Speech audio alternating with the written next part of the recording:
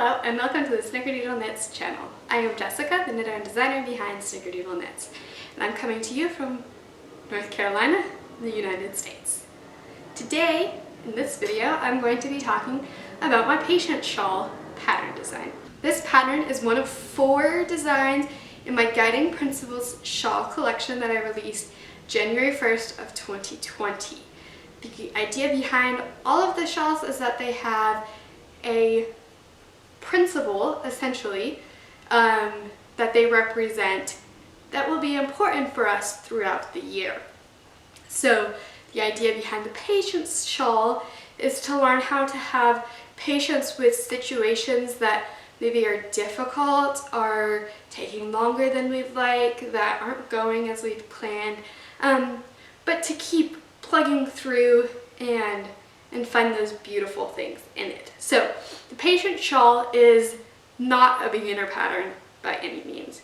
This is the most difficult, most complex pattern that I have designed to date, and that is because of the lace motifs within this pattern. There are 2 lace motifs that are mirrored along a spine. So here is the spine down the middle. There's 1 lace motif up here, and there's a 2nd lace motif down here, and they are both mirrored across the spine. The sections are divided using garter, and then there's a garter border around the edge, and then if desired you can add tassels. So on this one I added 6 tassels, as you can see, and I think it adds a lot of fun and flavor to a very detailed and intricate pattern design. So as you can see, this is a triangular pattern. In the pattern, everything is written instructions. Hopefully someday I will have charted instructions, but for now it's all just written instructions. It's kind of fun to style. You can style it a little bit like maybe a normal, typical triangular shawl. You can have your tassels showing, you can have your tassels not showing. The great thing that I love about these large tassels at each end is that they help weigh down the shawl. So yeah, you can have it as long or as short as you like, as full or as narrow. And then, like you saw at the beginning, I think it's kind of fun to offset it to the side, and then I just tuck this tassel underneath, kind of like that. So anyway, I do include tutorials in all of my patterns, so any new to use stitches, you can click that link and watch how to perform that stitch. Of course, I also have written out the instructions on how to do that. This is written only as one size. You could continue the pattern, of course, down here to continue to make it longer, but I think it's a nice size. It's also very lightweight. This is a fingering weight shawl. It's light and delicate, that I think it's a nice accessory in the winter, but it's definitely not going to be too hot for fall or spring either. What else?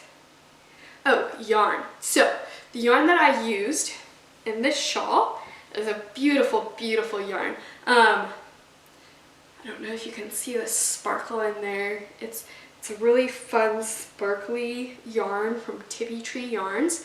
This is her Sparkle Sock base, and this is her Branches colorway. So it's a nice creamy base that has some fun sparkles of, or splotches, speckles of like oranges and pinks and yellows, and there's some grays and browns, and it's just a really fun, subtle yarn color. So when you're choosing your yarn colors for this shawl, I recommend something a little more muted. Like a solid is wonderful. The lighter the color is, the more you're going to be able to see the design. and the less busy the colorway is, the more you'll see it. So even if there would have been a whole bunch more speckles on here, this would have become a lot busier shawl. You wouldn't have been able to see the design nearly as well. So on my blog, I have a post, one post that's about the whole collection that talks about the design inspiration, what each shawl means. I'll leave that link down below. I also have another post that talks about some of my favorite colors from Tippy Tree yarns that I think would look beautiful in this shawl. And if you keep scrolling on that blog post, there are alternative yarn recommendations. So I understand that most of us can't just afford hand-dyed yarn. It's beautiful, it's gorgeous, it's wonderful to work with. These hand dyers do amazing work, and I love working with them, but I do understand that we can't all afford it. So I have included alternative yarn recommendations that are fingering weight yarns that would also work well with this shawl, but will be at a cheaper price point. So I'll leave that blog post down below as well. And then finally, I'll also link all of the places that you can buy the pattern. So that's Ravelry, Pattern Vine, LoveCrafts, and if I start selling on any more platforms in the future, I'll add those in there. I think that's everything. I love this shawl. I will say it is a work of patience. This is my first like really lace knitting that I've ever done. I have a couple simple lace shawls that I've made before this, that I've designed before this, but this was the first lace that I've ever knit that was like super detailed. I have to really pay attention to the pattern. So this isn't like TV knitting. This isn't like hanging by the pool watching the kids knitting. This is like, I need to have my own space completely dedicated to the shawl knitting. But that said, I do think it's a very beautiful shawl, completely worth all of the work, especially if you enjoy lace knitting. So I hope you found this video informative and interesting, that it gives you all the details you want to know about this shawl. If you're interested in knowing anything else, if you have any comments, questions, concerns, go ahead and pop those down in the comments below and I'll get back to you as soon as I can.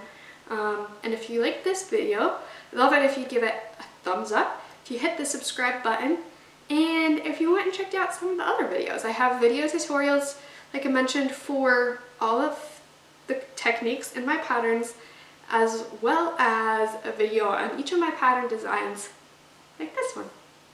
I hope to see you around very soon, and I wish you very happy knitting.